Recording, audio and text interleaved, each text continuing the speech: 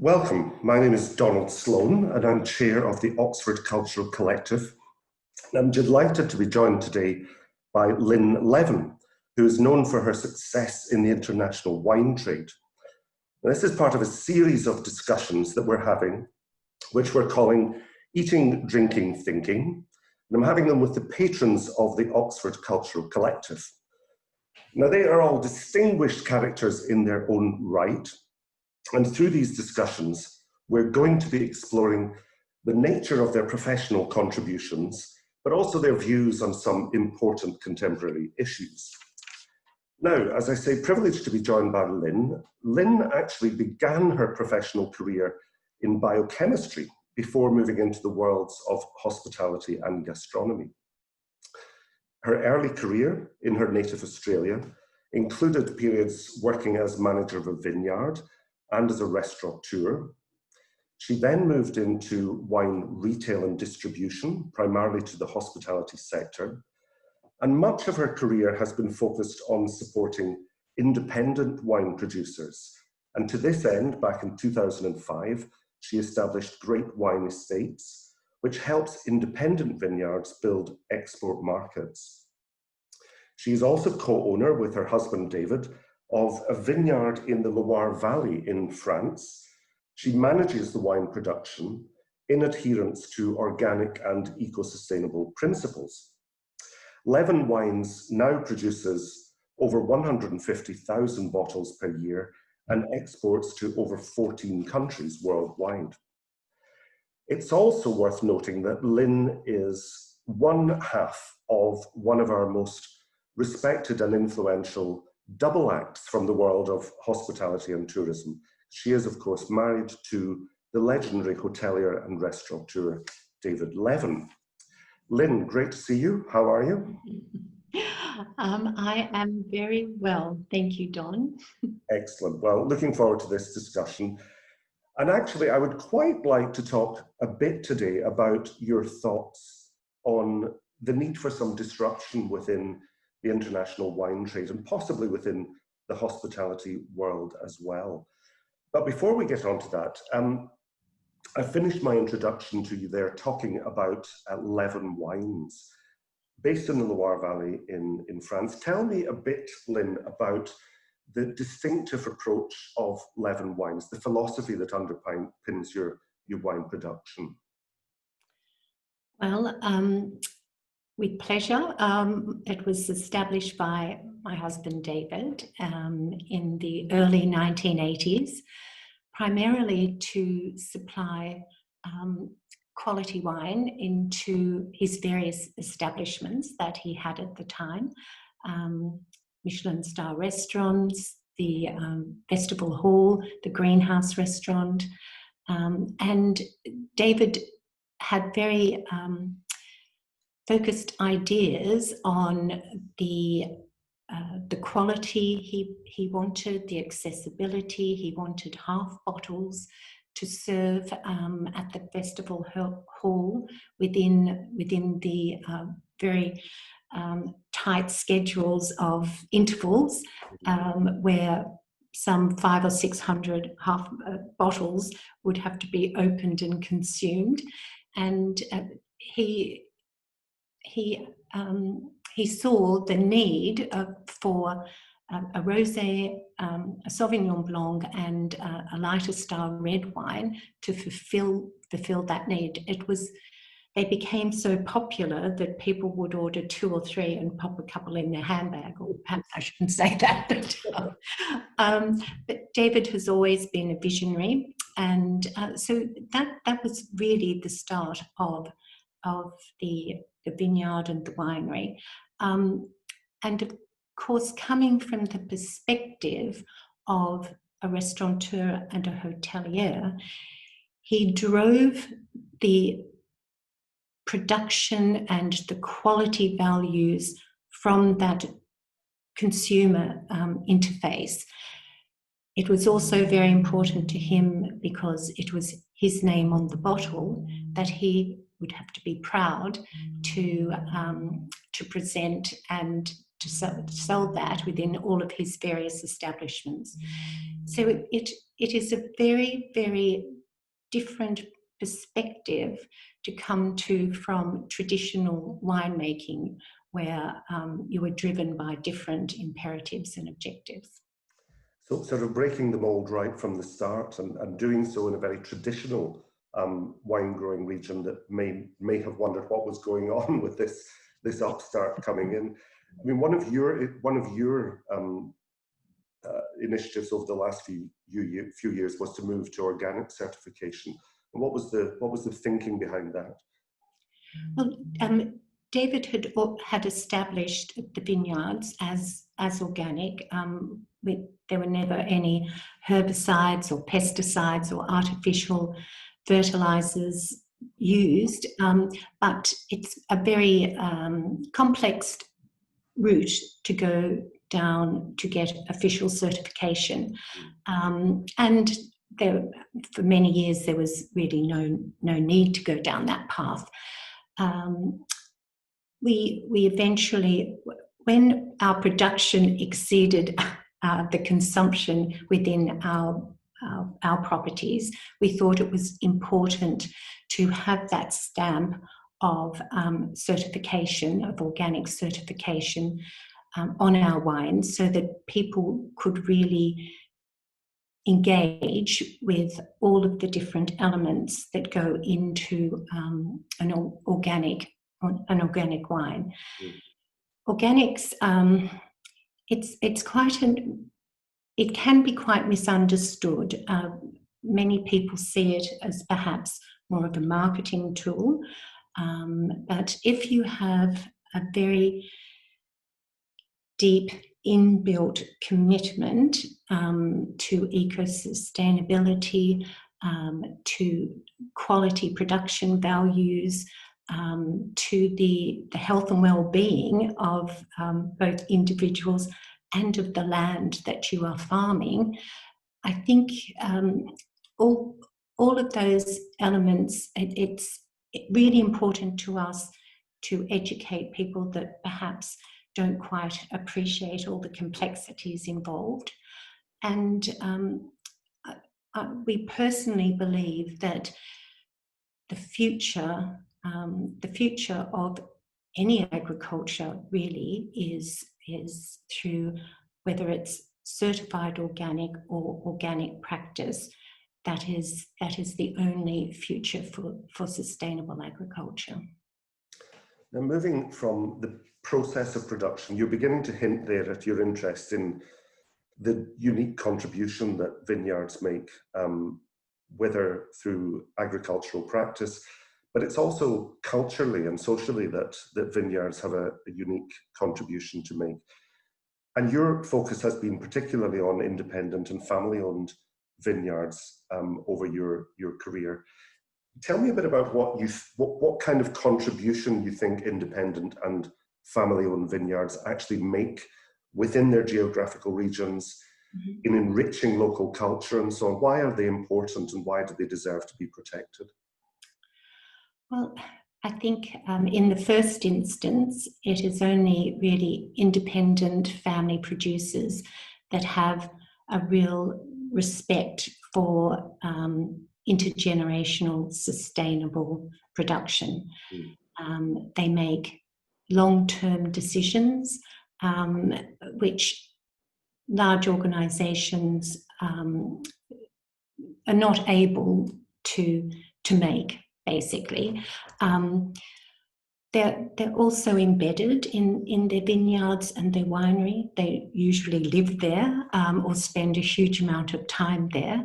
So they also have an intrinsic respect for the local culture, the local heritage, and they want to nurture their estate for future generations.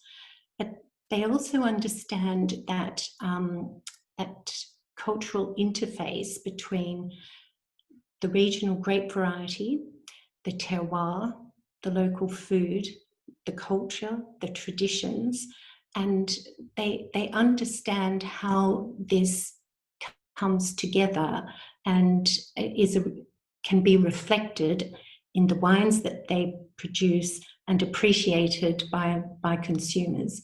They also are able to deliver much better end-to-end traceability.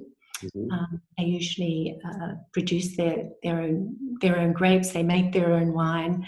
So every element of the production of that wine cycle, they apply the same attention and care to detail and quality imperatives. And I have seen over many years of being both in distribution and as an independent producer ourselves, that once that wine leaves your cellar door, you lose total control within the supply chain of all the quality elements within that supply chain. And I saw that as a huge weakness within the supply chain. We obviously are very lucky having also our hospitality background, our restaurants, our hotels. So we had the connections and we had the interface into that end of the market. There's a very large section between the production end and the consumer end, and that is very much dominated by large corporations, the big players in the industry. And it is that section which is effectively squeezing small producers out of the supply chain. Why are you saying there are basically sort of systemic challenges within the established international wine industry that work against independent producers being able to export, being able to flourish, being able to find their market? There is, and I know it obviously intimately from an Australian perspective and also from our vineyards in France. Perhaps if I give an example from a wine producer in Australia, a small to medium wine producer would perhaps produce anything from 60,000 to 100,000 bottles.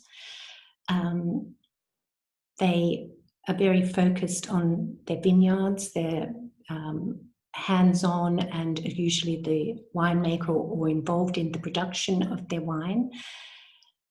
Just within that cycle, there are a lot of decisions to be made with labeling, wine positioning, market positioning, point of sale, production of tasting notes. It's quite a layered, complex area just to produce that bottle of wine. But from there, to find an international market for it is a lot of expense to go to. Obviously, there are wine shows and exhibitions. There's quite a layer of cost involved in actually getting there, getting your wines there, presenting the wines to over several days to a range of distributors and importers. And then from that level, when you do have someone that actually thinks your wine would work really well in their market, then you have the logistics to deal with. From an Australian perspective, it means gaining an export license, which is quite a detailed, expensive and complex process. Once you have that, you then need to have export approval for the range of wines that you have. Again, quite a complex process where wines have to go in for technical analysis, but also sensorial analyses where they need to be true to region, true to vintage, and true to varietal. So once you've had those approvals, that you then need to have access to the research to relabel your wine with all the requirements for the market that you're entering. So if you're entering the EU, there's very specific label requirements. If you're entering Scandinavia, for example, or I mean, whatever country you are entering, you have to have a different label. So there's another cost in that. Once you have that process, it not just the labels on the bottles, it's the labels on the boxes as well, I might add. They have to be on different pallets, European pallets if you're going to Europe, or so you've now received an order. You've now gone through all the process, and I might just point out at this stage, you might be lucky if this revolves around 20 to 50 cases of wine. Is it worth it? Mm-hmm. So it's a very, very big investment. If that wine then comes to the marketplace, which could be the UK, it will be on a distributor's portfolio. If you're a small family producer, your wine will be a little bit higher priced. If it's certified organic, your production costs are double conventional production costs, and your volumes that you can produce are about half. So that gives you a rough rule of thumb about where they sit price-wise. If you are not in a position to incentivize your wine to be placed, and I'll take the on-premise as an example, as a wine by the glass, which in all intents and purposes you won't be able to, that your wine then becomes part of could be a very nice wine list, and you might become one wine on a list of 600, 800. You're building it. You're building a picture about, it's barrier upon barrier in a sense, or hurdle. Yeah. I mean, this is clearly why you were motivated to start Great Wine Estates. I mean, tell us briefly, how do you help vineyards bypass these barriers or ease them through this process in a sense that, in a way that allows them to reach a market of sufficient scale that it makes it worth it for them?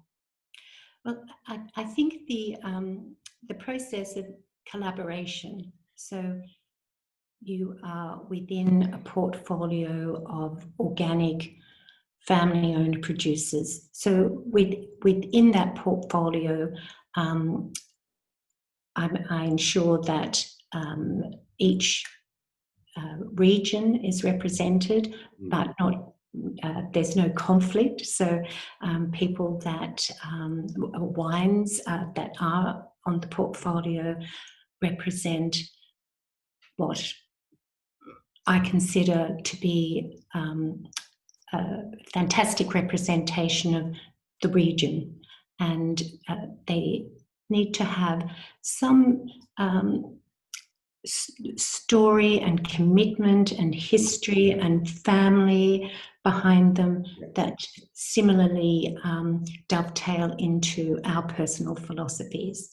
And that makes it then much easier for us to go and represent this portfolio of like-minded wines. Essentially, these wineries are going direct cellar door directly into the UK supply chain. So there are not all of the layers for them to go through.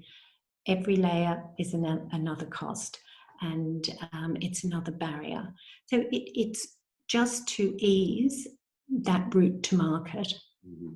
We were talking earlier about disruptive practices, and that sounds like an example, a living example, if you like, of how to do that. It's interesting, isn't it, that in the food world, in the hospitality world, in recent years, we've seen a very welcome focus on provenance, and there are chefs who are leading this charge We are interested in origin, we're interested in environmental impact of food production.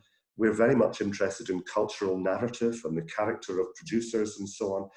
But it doesn't seem that we're getting yet to that place in the hospitality industry with wine. And, you know, is this something that also, you know, is part of your quest to, you know, when supporting independent producers, to sort of change the attitudes in hospitality and try to get what we've done over the last few years with food, the same focus on wine? Yes, it never ceases to amaze me, the disconnect between food and wine focus within hospitality, within restaurants and hotels, it's very, and coming from a hotel where we had the same challenges within the administration, and we would have to always be there saying, no, come on, of course we can open another account. I mean, you're not going to chef and telling chef that he needs to buy his bread and his dairy and his fish and his poultry from one supplier. So I'm sorry, you will open another account for a wine producer or distributor. I consider that the wines that we have in our portfolio to be direct from cellar door, because basically that's exactly what they are.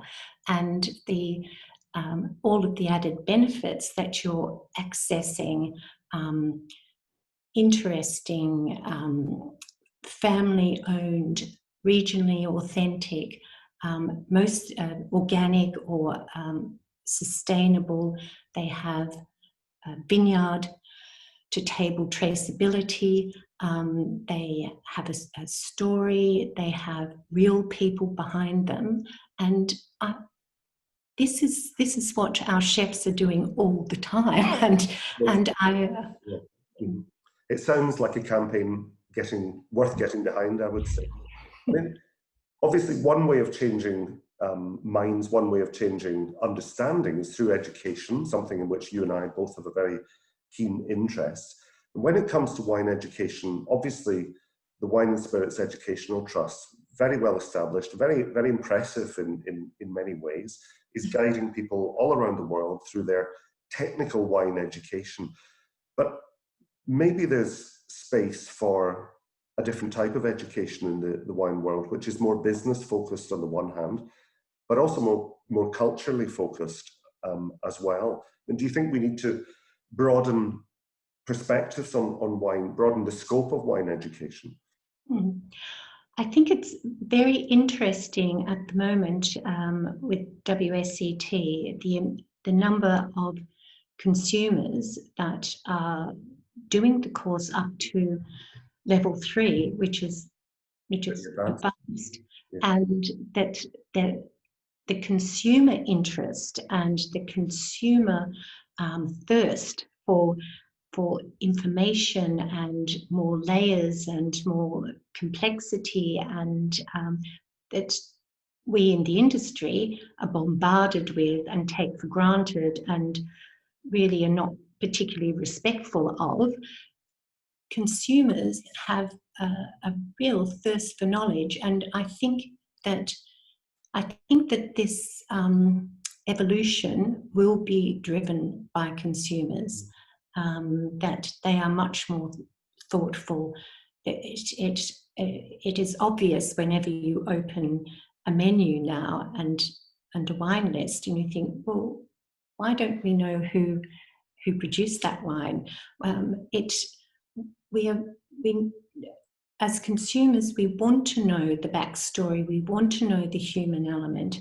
We want to know the food and the wine origin and why this wine was produced in this way, and where it was produced, because that gives us a massive indication of the food and the culture and the style, and that the enjoyment. I mean, it adds to our level of enjoyment, and it's been obvious over the many years now, the naming of almost the farms where poultry have been menus raised yeah. It's interesting, having a similar conversation with Jeremiah Tower last week, and we were talking about the focus that came in the 80s on Californian wine that began to appear on menus, in part because of his and others' efforts, and just the impact it had on pride and confidence and sense of community and self-belief and so on. And that's a very tangible example of exactly what you're talking about.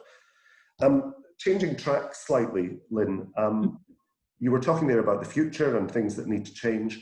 Obviously, we're recording this conversation at a time when the hospitality industry is about to try to emerge from one, if not the most difficult period that we have seen in decades as a result of the coronavirus crisis. Now, we're all very familiar with the doubt that, the problems of this, from businesses closing and all the personal stories that lie behind that. But can we identify anything positive? Is there any way in which we can look to the future and think hospitality may emerge more creative, more resilient? What do you see for the future that might be positive for the hospitality sector, despite all of what's gone on? Well, I think perhaps this pandemic has given us a restart button, and that the changes that we've all been forced to accept and in some cases endure, many of us have actually enjoyed some of the experience that we've had over the last 13, 14 weeks. Some of those experiences about being embedded locally, having more focus on simple experiences. And I think we now feel that genuine now means a lot more to us. And I think if we can rebuild hospitality with a solid, authentic, respectful relationships, and give consumers a more genuine experience, not simplify things down to their core elements rather than overcomplicate things. And I believe that delivering that with a warmth and an engaging professionalism will give us the opportunity of changing the face of hospitality to be more engaging and more enjoyable. So a humanizing effect almost. I mean, one of the other things that, as I indicated earlier, that you and I have a shared interest in is education for those entering the worlds of hospitality, food, wine, and so on. What would your advice be? I mean, clearly you talk there positively about the future of the sector. The future of the sector is also dependent upon talented young people coming along and shaping it and being the creative force that we need. What would be your advice for those who are contemplating building a career in the hospitality world? Well, I think that people need to reflect on the term hospitality and reflect on whether they have a deep and genuine love of food, wine, people, and culture. And then go out of their way to ensure that they engage with a restaurant or a business or an operation that reflects their ideals. And I think that would be a very good way to start your hospitality career. Something that reflects your values and your aspirations. Well, a positive way to end a fascinating conversation. Lynne, it's always great to see you, and hopefully it won't be too long before we can see each other face to face, but thank you very much indeed. Absolute pleasure, Don.